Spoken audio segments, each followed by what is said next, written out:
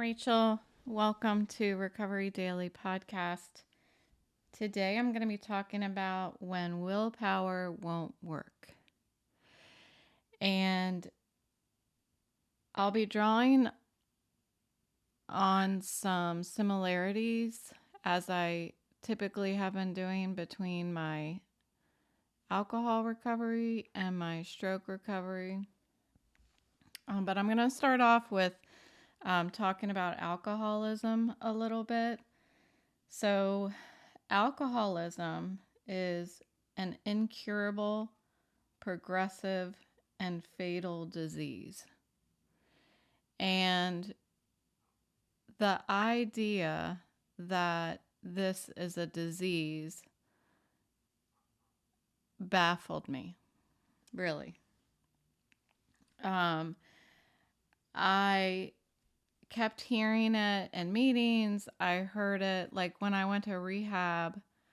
I afterwards I went to something called IOP. It's an outpatient program that lasts 10 weeks, and my company was so supportive to allow me to work my 8-hour days, leaving in the middle of the day a couple times a week to go to this program, and you learn about how alcoholism is a disease.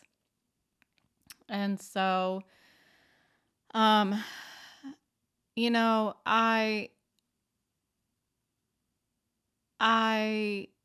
just wasn't convinced.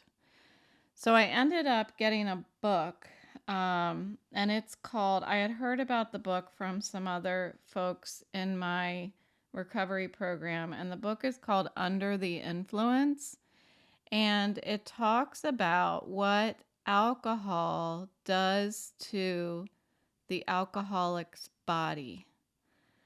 And after reading this book, I understood finally that it wasn't willpower. That wasn't why I couldn't stop drinking, because I had people just say, just stop drinking. And I couldn't do that. And I felt like, I don't have the willpower. That's what I thought it was. That would be just in line with my whole life, just being like, nah, well, Rachel's too lazy. Rachel, this or that. And I just felt like I just don't have the willpower or the drive to do it. I didn't understand that I was allergic to alcohol.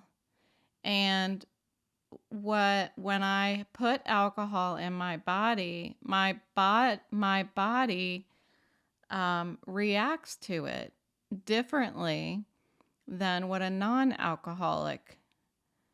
non-alcoholic's body reacts. And just like an individual who is allergic to any substance, you have to remove the substance from the body.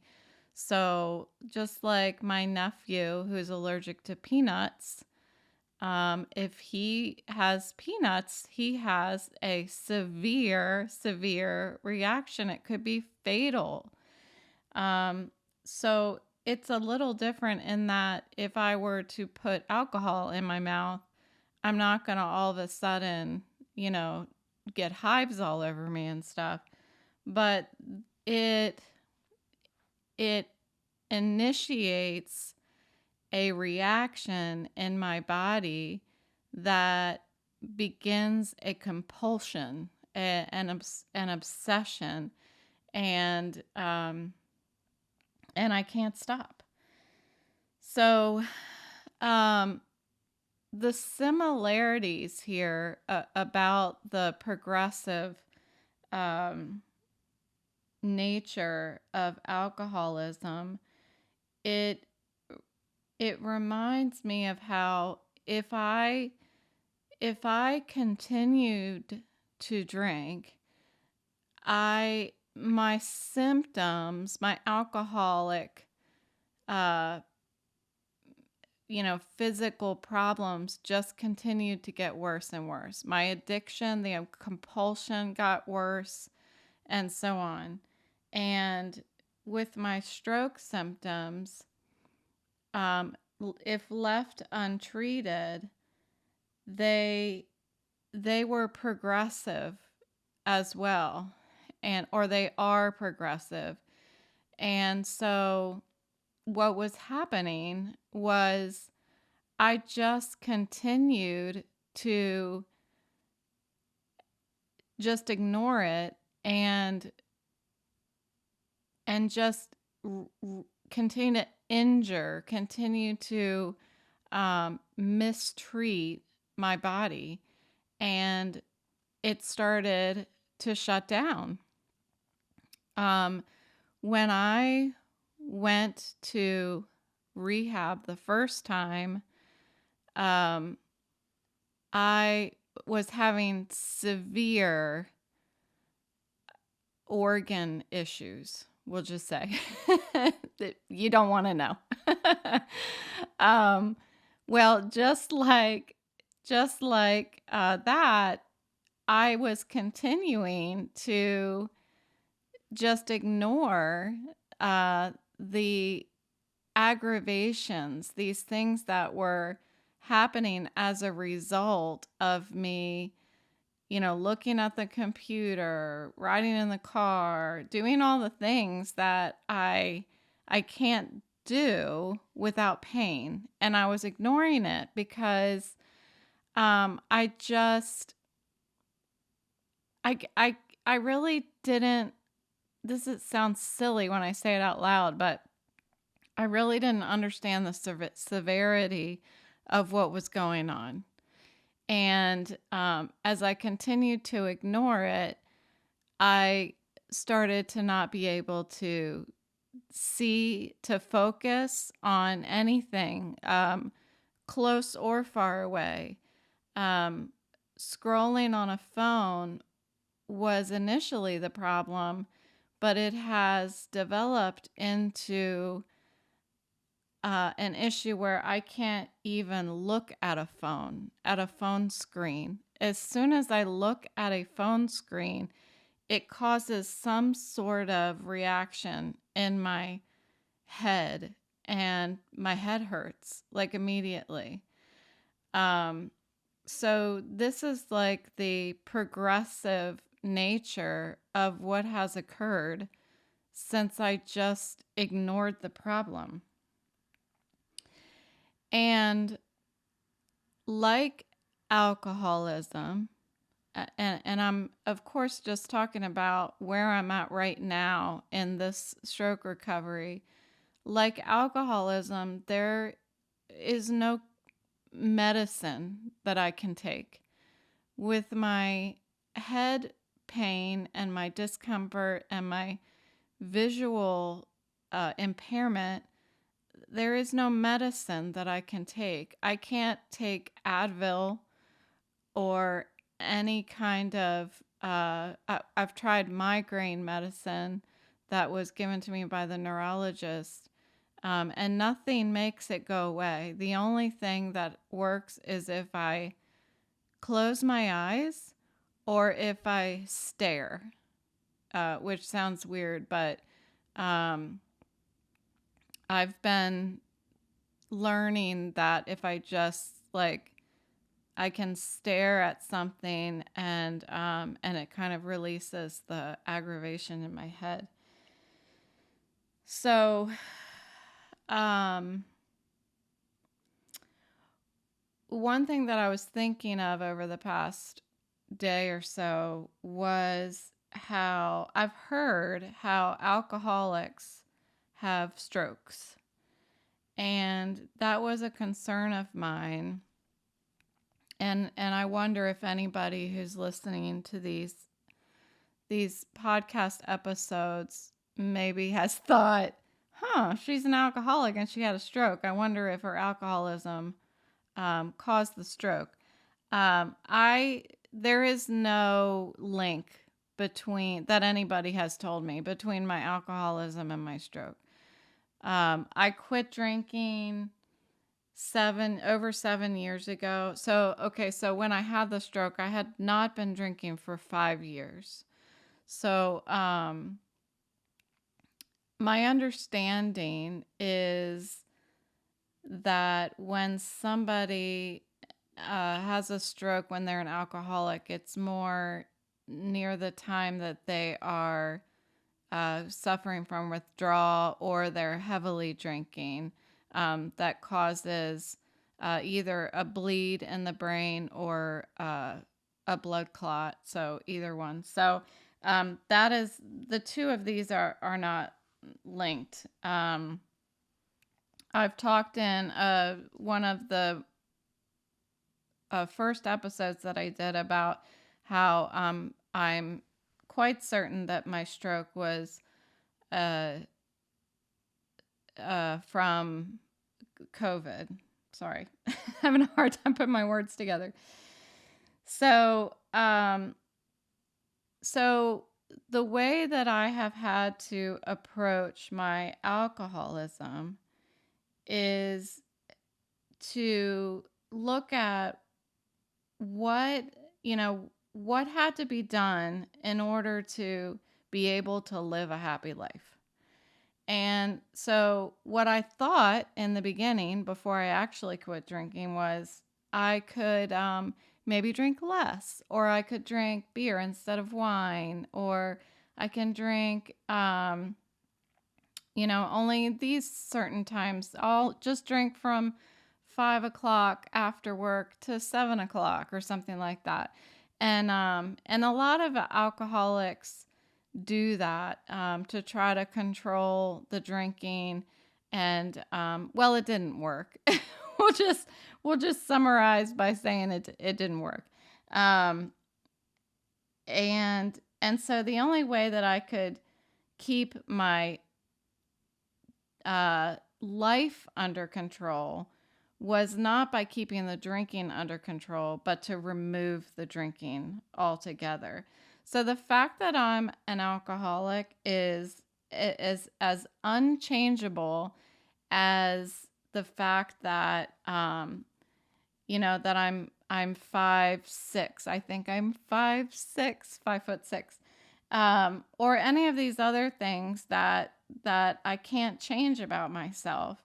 It's just the way that my body is made up. And I feel very confident that I've been an alcoholic my whole life, even before I picked up a drink. All the signs were there, all of the characteristics of an alcoholic were in me before I even picked up a drink. I think my first drink I ever picked up, I think I was in 6th grade, and it was, I'm not sure. It might have been before that, but I got to have a beer for New Year's with my brother. But I think I had like a half a beer and I passed out or I fell asleep. And I don't even know if it was the beer or I just fell asleep because it was midnight and I was young. So this is an unchangeable fact about my body. And what I'm growing to learn or growing to accept is that the fact that I had a stroke and that I have a part of my brain that has been damaged and is dead and can't do anything in there. I've got to retrain the other parts of my brain to pick up the slack. And there's nothing I can do about that. Of course, there's part of me that is absolutely infuriated that I suffered a stroke because of why I think it might have happened. That infuriates me.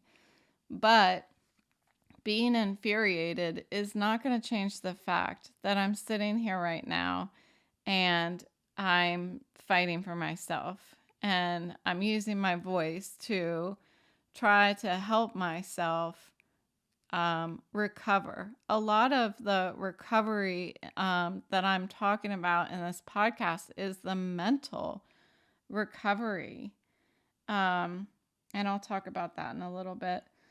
So, similar to my neurological vision impairment, if I ignore um, if I ignore the condition of alcoholism and I just go pick up a drink, um, I'm going to most likely I will die. If I were to pick up a drink, I will not be able to stop and I will die. I will either get in a car and kill myself that way or kill somebody else, or I will just drink myself to death. I didn't know you could do that, but you can. Heart failure, that kind of stuff. It's a thing. And if I were to ignore my alcoholism, then it's just going to then it's fatal. That's where the fatal part comes in. So if I ignore my vision impairment and my head trauma and everything, um, and I continue to just do the things that aggravate it, I'm going to pay the price this way as well, with pain, nausea, unable to focus. I got to the point where when I went to the doctor a couple weeks ago, I was having sharp pains in my head. It's could very well be that I was on the verge of suffering some other traumatic um you know thing, just from ignoring um caring for myself. So, just like I don't drink, um, I'm currently trying to not use my eyes. And that is terribly difficult. Um, I find myself sometimes just picking up my phone because it's natural to pick up my phone and be like, oh, what's the weather? And I pick up my phone and I'm like, oh, and I can feel it right when I look at my phone. So it's almost just like I remember when I first stopped drinking and I went to happy hours at work, and I didn't want to go, but I knew that it was important for me to create new habits and learn how to do the things that I used to do while drinking, and do it without drinking. And so today I'm learning how to do the things that I normally do with my eyes and do it with my voice instead. So, but it takes time and it takes work to learn this stuff. So I've been using Siri a lot, and I've been using VoiceOver on the Apple products, and that is challenging, but it's pretty cool as well. So, all that said, my decision to not drink did not exist in a vacuum. The decision coexisted with a decision to stop looking inward for a solution and start looking outward. And today I'm looking outward for healing for my head. I'm going to vision therapy. I'm going to a neurologist. I'm going to a primary care physician. My mental health is lagging behind a little bit, but I've absolutely seen such love, and I know that it's there, it's here, the love and outreach, and I just have to, when that happens, make sure that when somebody expresses that they care about me and are thinking about me, um, that I have to broadcast that love through my heart, because sometimes I feel like my heart doesn't hear it. My ears hear it, but it doesn't always get down deep into my heart. So I feel like I have to broadcast it down there, and I have to take it to bed with me. I have to think about it when I'm going to sleep at night, because it's been a challenge. It really has been a challenge for me. Today, I've really tried to limit everything that I'm doing. I have vision therapy tomorrow, so I didn't do much of anything today, which is kind of boring, and my personality does not work well with boring. So, uh, but with doing nothing, I was just starting to feel a little depressed, I think. Just continuously searching for things to occupy myself. Um, Sometimes I feel a little bit like I'm trapped inside my head a little bit, because I can't do anything but just receive input through my ears, and talk. And it's not that I can't see, I'm not blind, but in order to save myself from pain, I really just can't do any of these things. So it's weird. It's a weird situation to be in, where you can do something, but if you do it, you're going to suffer the consequences big time. So just self restraint has been huge for me.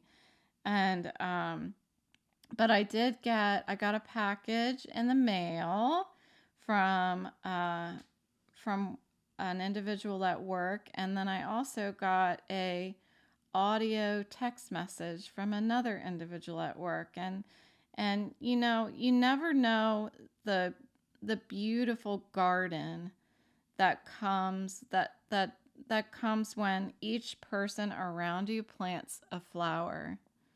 And I want to take a minute to thank all of you who are texting and leaving audio text and calling me. I really appreciate it. And I'm trying to do this one day at a time. I had a couple sharp pains in my head today, but other than that, that sounds like I just dismissed it. Yeah, it's a big deal. But other than that, I really just rested today, and that's what I'm going to be doing tomorrow to prepare for my 30 minutes of vision therapy tomorrow. So I'm keeping on, and I'll check in and let you know how the vision therapy went. So thanks for listening. I'll talk to you tomorrow.